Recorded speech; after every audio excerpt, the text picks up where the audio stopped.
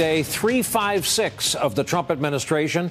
And before we even saw him today, the president attacked a senior Democratic senator, a federal circuit court, and the First Amendment. We'll get to all of that later. Later in his day, before cameras, and when asked if he would agree to an interview by Robert Mueller, he seemed to change his tune, and that was the news of this day. Back in June, you'll recall, he said he was 100% willing to testify under oath. As recently as this past Saturday, he still seemed to be open to the possibility. But here's some of his response today when asked about a potential interview with Mueller. Are you open to meeting with him? Would you be willing to meet with him without condition, or would you demand that a strict set of parameters be placed around any encounter between you and the special counsel? And I'll speak to attorneys. Certainly I'll see what happens. But when they have no collusion and nobody's found any collusion at any level, it seems unlikely that you'd even have an interview. That last bit of his response there bears repeating. We heard the words "no collusion" from the president a lot at today's news conference. The president made that assertion, by our count, 8 times within about a minute and a half. There has been no collusion between the Trump campaign and Russians, or Trump and Russians. No collusion. The Democrats are all running for office and they're trying to say this, that, but bottom line, they all say there's no collusion.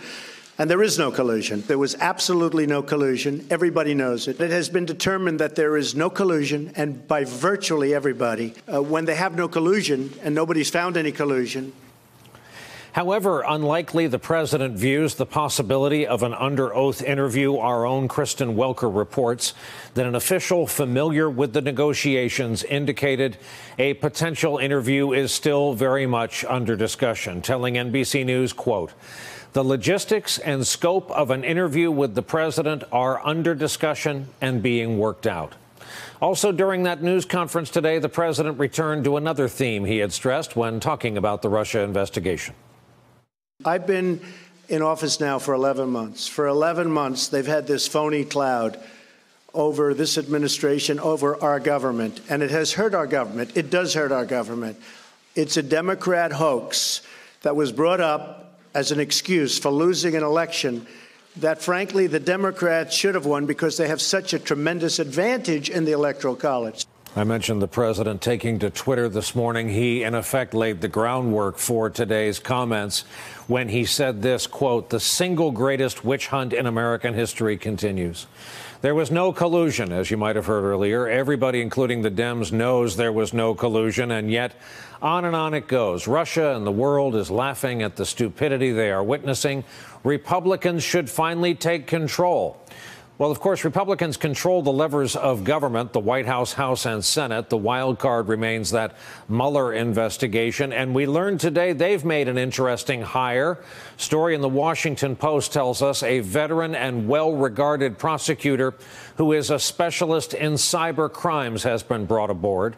Our colleague Ken Delanian explains the significance of this move. I think the hiring of this cyber expert is very interesting and suggests that, we shouldn't write off the collusion part.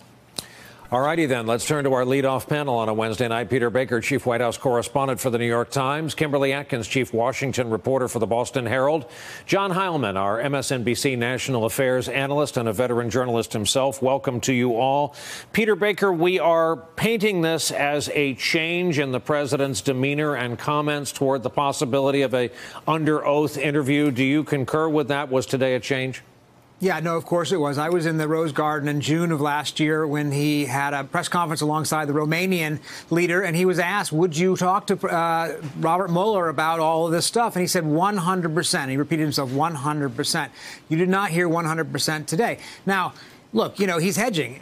He said maybe it won't be a need for an interview because they haven't found collusion. Well, we think there's going to be a desire anyway for an interview, and that will pose a question. That will pose a question to him and his lawyers. Are they willing to take that chance? Putting a president in front of an investigator with the possibility of perjury always looming under any kind of investigation. We've seen Bob Mueller already prosecute 2 people for lying to investigators about this.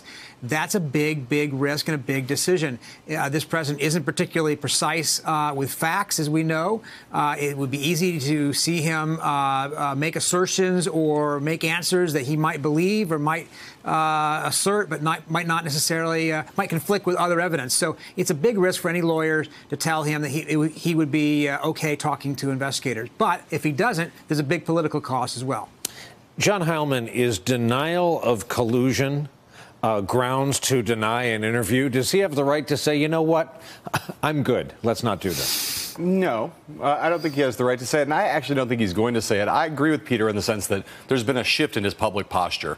But we are now at the point where negotiations are taking place. You pointed to Kristen Welker's reporting, and there's other reporting on this. Yeah. They're in the middle of the negotiation right now. Not just the shape of the table. Right, yes. And so when you're in the middle of this negotiation, it's not that surprising that Trump would now start to try to play hard to get and would start to suggest maybe he's not going to do it. That's like he's playing poker. You know, everybody plays. This is the move that you would do in public while underneath the wheels are moving towards the inevitable, which is that he's going to have to go and do this testimony. Mueller is going to want to talk to him. He is going to want to he's going to want to see. Now, the question of what the parameters are, of what the limits are, of what the scope is, I imagine that is all at the heart of the negotiation they're happening right now. But that there will be an interview seems to me not certain, because it's Donald Trump, nothing's certain. But it seems pretty likely to me that it'll happen. And I will say that the collusion denial is obviously something that he's been doing in this way. And I think in a weirdly, for Trump, in a weirdly disciplined way. He has been consistent on trying to hammer home this point. It's a lie that it's been proven that there's no collusion, because it's not been proven. It's a lie that Democrats accept it. It's a lie that everyone says that there's no collusion. Everyone does not agree on that. But his talking point that there's no collusion has been one of the few consistent elements of the Trump presidency over the course of the last year. That rhetorical trope.